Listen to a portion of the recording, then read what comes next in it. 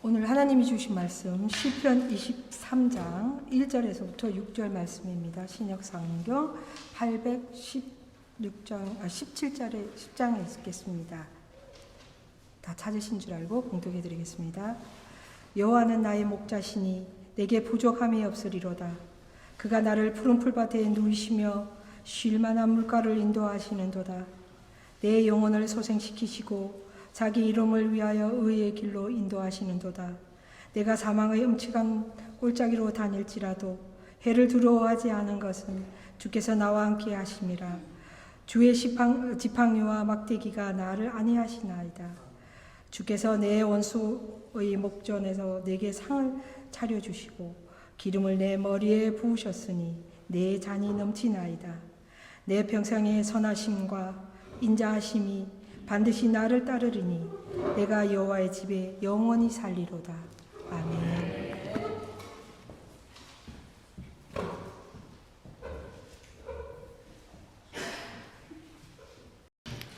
In der heutigen Bibellesung hören wir den Psalm 23 mit den Versen 1 bis 6. Der Herr ist mein Hirte, mir wird nichts mangeln. Er weidet mich auf einer grünen Aue und führet mich zum frischen Wasser. Er erquicket meine Seele, er führet mich auf rechter Straße, um seines Namens willen. Und ob ich schon wanderte im finsteren Tal, fürchte ich kein Unglück, denn du bist bei mir, dein Stecken und dein Stab trösten mich. Du bereitest vor mir einen Tisch im Angesicht meiner Feinde. Du salbst mein Haupt mit Öl und schenkst mir voll ein. Gutes und Barmherzigkeit werden mir folgen mein Leben lang, und ich werde bleiben im Hause des Herrn immer da. Amen. 시편 23편의 말씀, 주의 선하심과 인자하심을 제목으로 오늘 함께 은혜를 나누고자 합니다. 시편 23편은 거의 해마다 한 번씩 등장하는 제 설교 본문인 것 같습니다.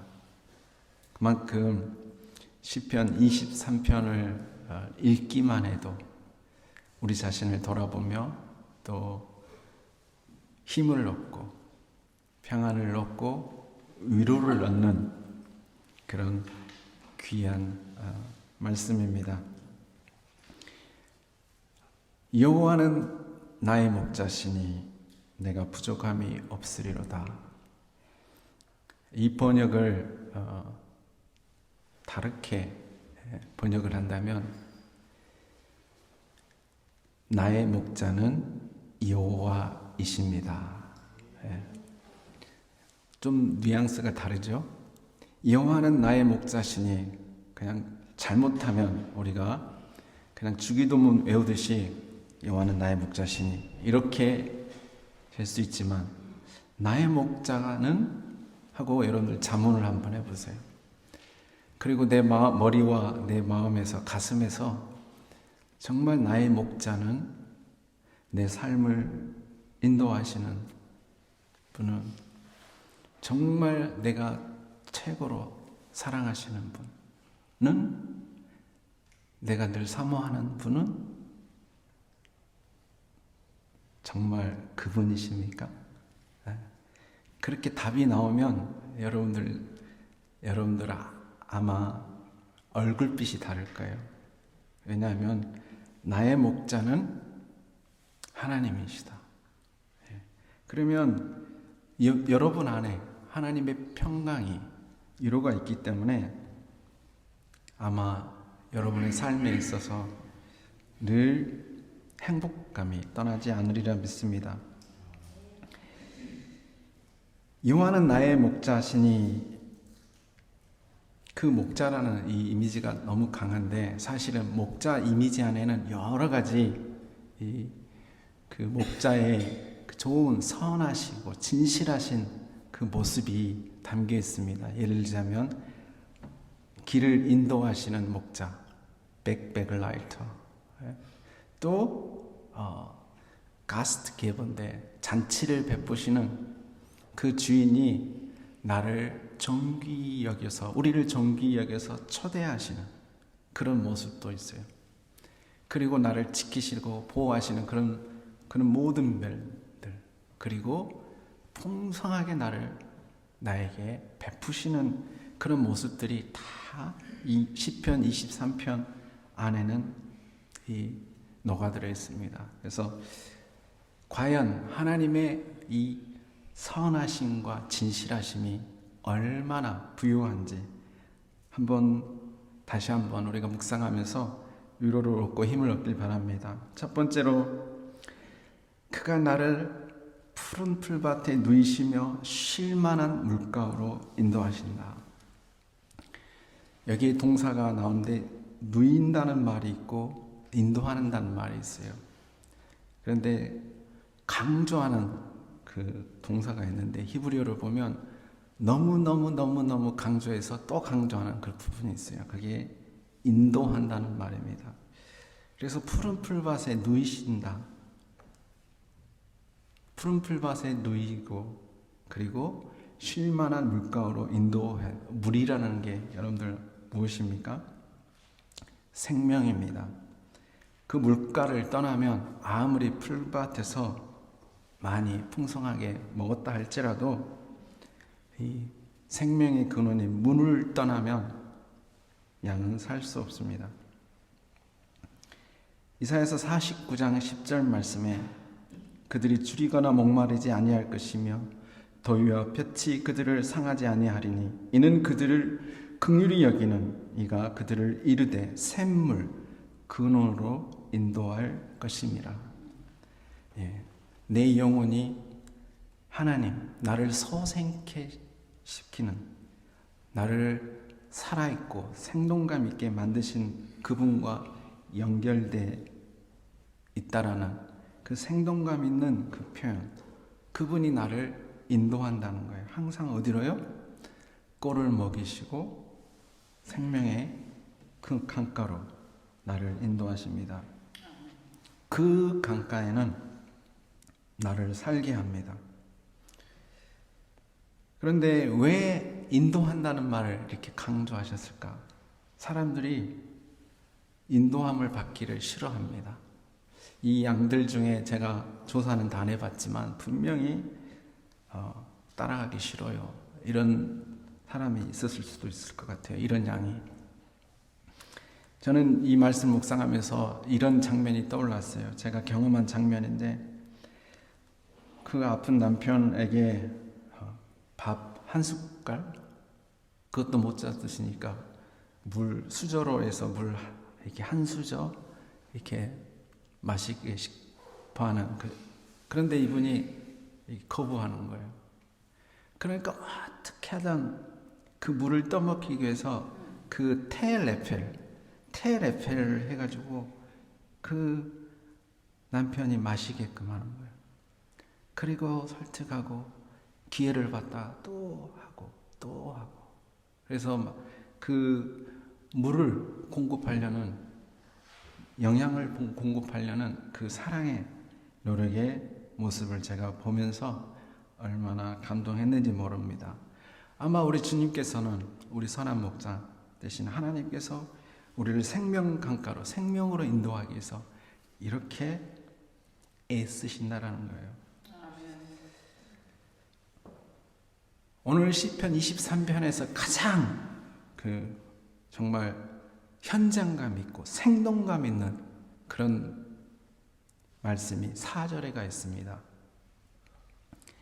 내가 사망의 음침한 골짜기를 다닐지라도 해를 두려워하지 않을 것은 주께서 나와 함께 하심이라. 여러분, 갑자기 앞에서는 누가 주어였어요? 하나님이, 여호와가 주어였는데 주어가 바뀝니다. 내가 주어라는 거예요. 내가 사망의 음침한 골짜기를 다닌다 해도 두려워하지 않을 것을.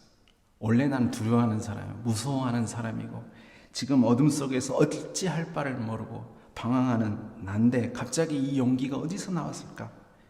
그것은 바로 우리를 푸른 풀밭에 누이시는 쉴만한 물가로 우리를 소생시키는 그 하나님의 은혜를 경험했기 때문에, 체험했기 때문에. 그런데 놀라운 사실은 우리나라 번역은 그 유교 사상이 있어가지고 하나님을 공경을 해야 돼요. 그렇기 때문에 주께서 나와 함께 하십니다. 그러나 독일어 번역을 보면 아까 뭐라고 그랬어요? 우리 디아콘 헬슈테께서 Du bist bei mir. 하나님을 두라 부르는 거예요. 나와 너로 부르는. 갑자기 직설법으로 바뀐 거예요. 두. 아빠와 엄마가 친구끼리는 어때요? 친한 사이끼리 두째를 하잖아요. 독일에서. 아마 독일에 사시는 분들은 하나님을 두로 부른다는 거, 나와 너로 부른다는 거, 이거 같은 놀라운 축복이 없는 것입니다. 하나님을 두로 만나는 거예요. 이렇게 만나지 못하는 사람들은 뭐예요? 생동감이 없어요. 하나님을 개인적으로 만나는, 여호와는 내가 나와 너잖아요. 여러분들 목자 하면은 그냥 여러 양떼 이런 것만 생각할 수 있어요. 사진을 많이 봐도. 그러나 여기서 말하는 목자의 관계는 1대1의 관계입니다. 1대1의 관계. 나와 너의 관계. 생동감 있는 이런 사랑의 관계가 있으면 어때요? 그냥 말하지 않아도, 아까 눈빛만 봐도 알고 행복한다는 거예요. 그런데 그 하나님이, 여호와 하나님이 나와 함께 한다는 것을 안다라는 거예요. 뭘로 알아요? 주의 지팡이와 막대기가 나를 안위하시나이다. 지팡이와 막대기. 지팡이, 여러분들 목자라면 지팡이가 하나 있고 긴, 그 다음에 허리춤에 찬 막대기가 있습니다.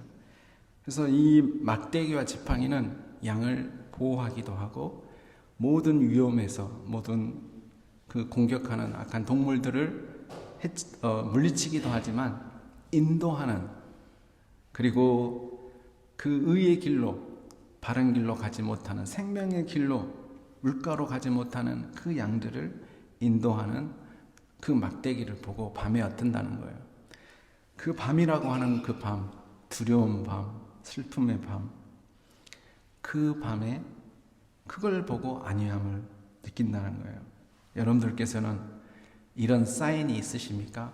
나는 이 말씀만 보면, 나는 누구만 보면 정말 하나님께서 함께 하시는 것을 느낍니다. 체험합니다.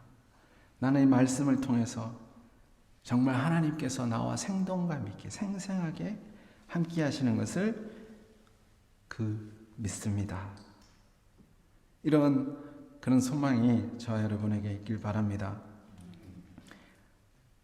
사랑하는 사이가 되면 이렇게 지켜주고 보호해주고 또 좋은 곳으로 인도하고 또 꼴을 먹이고 해도 아깝지가 않아요. 다 줘도 아깝지 않아요. 그런 사람은 원래 저는 이기적이어서 그게 잘 안 됩니다. 그런데 하나님을 닮은 사람일수록 이런 모습이 있죠. 오늘 이 시편 23편에서 사실은 여러분들 사망의 음침한 골짜기, 이게 지금 여러분 목가적인 분위기라고 생각하십니까? 오늘 딱 2023년도 현장을 보면 지금 러시아 전쟁, 우크라이나 전쟁 그 상황하고 같은 거예요. 사망의 그 음침한 그 골짜기라고 하는 것은 그냥 목가적인 분위기에서 그냥 풀 뜯고 누워가지고 좋다 이런 분위기가 아니라는 거예요. 정말 영적 전투가 벌어지는 현장, 그 현장, 나를 엄습해오고 나의 은혜 자리로 가지 못하게 막는 그 분위기 속에서 우리 여호와께서 무엇을 하십니까? 축제 분위기를 만드십니다. 5절 말씀에 표준 새벽녘에 이렇게 나와 있어요. 주께서는 내 온수를 보는 앞에서 내게 상을 차려주시고 내 머리에 기름으로 부으시어 나를 귀한 손님으로 맞아주시니 내 잔이 넘치나이다. 여기서 내 원수의 목전, 원어를 보니까 그 목전 앞에 바로 그 글자 앞에, 목전 앞에 바로 그 앞에 상이 있어요. 그러니까 바로 목전 앞에 하나님의 상이 같이 맞닥뜨리고 있는 거예요. 잔치상이 지금 원수의 얼굴과 잔치상이 지금 바로 그냥 있는 거예요. 그러니까 원수는 어떻게 되는 거예요? 그 상을 바라만 봐야 되고 먹지 못합니다. 이 하나님께서 베푸신 잔치상을 누리고 먹을 수 있는 사람 누구예요? 바로 나를 귀히 여기요, 나를 사랑하는 바로 그 하나님의 어린 양만이 이 잔치에 초대해서 누리고 상에서 그 부유한 하나님의 사랑을 체험할 수 있는 것입니다. 나를 비웃고 나를 멸시하는 사람들, 환경들은 빈손으로 돌아가게 될 것입니다. 여러분들 내 원수 하니까 제가 이제 사람이라고 했는데 그러면 사람을 찾아야 된다 이런 생각을 하시는데 제가 이 말씀 묵상해서 보니까 내 원수는 내 밖에 있지 않는 것 같습니다. 내 원수는 어디가 있어요? 저 안에 있더라고요. 제 안에 있어요. 불신이 내 원수고 믿지 못하고 신뢰하지 못하는 그런 모습이 원수라고 생각이 되었습니다. 시편 78편에 이런 말씀이 있습니다. 이스라엘 백성들이 광야에서 하나님께서 반석을 깨고 흡족하게 물을 마셨죠. 그래서 바위 시내에 냇가 물이 강같이 흐르는 거기에서 하나님의 은혜를 체험했습니다. 그런데 그들이 어떤 이야기를 하냐면 하나님을 대적하는 거예요. 말하기를 하나님이 광야에서 식탁을 베푸실 수 있으리라. 시편 78편 19절입니다. 보라, 그가 반석을 쳐서 물을 내시니 시내가 넘쳤으나 그가 능히 떡도 주시며 자기 백성을 위하여 고기도 예비하시랴? 그 말은 무슨 말이에요? 물은 줬지만 설마 떡까지 하나님이 고기까지? 그럴까? 난 믿지 못하겠네. 그걸 어떻게 말한 거예요? 내 마음에다 말하는 거예요. 무슨 하나님이 무슨 내 병을 고쳐 의사가 고치죠. 당연히 의사 선생님이 역할을 하시죠. 그러니까 우리 이런 말이에요. 하나님은 내 어둠의 상황, 내 슬픔의 상황에서 역사 안 하실 거다. 함께 안 하실 거다라는 그런 불신이 원수라는 것입니다. 그러나 하나님께서는 어떻게 해요? 그 원수의 목전에서 나의 의심의 그 마음을 아시고 내게 어떤 마음을 주시는 거예요? 내가 너와 함께 한다. 어떻게 함께해요? 하나님의 선하심과 인자하심은 그 목자 되심이 함께하심이 어떠면 내 생명을 다해서 너와 함께한다. 내 생명을 나누는 거예요. 다른 목자들은 다 떠납니다. 어둠이 되고 환난 위기가 되면 부족하면 다 떠나요. 양을 버리고 떠납니다. 그런데 우리 선하신 목자 되시는 주님은 끝까지 우리 곁에 계십니다. 이러한 놀라운 잔치상에서 초대받은 기분은 어떠세요, 여러분? 어마어마하게 좋잖아요. 안 좋습니까?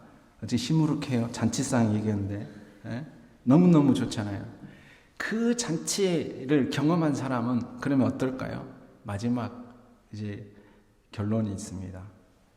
내 평생의 선하심과 인자하심이 반드시 나를 따르리니 내가 여호와의 집에 영원히 살리로다. 여기서 제가 금주의 말씀에 이 말씀을 했는데 독일어 엘버펠더 비벨에 이런 말씀이 있습니다.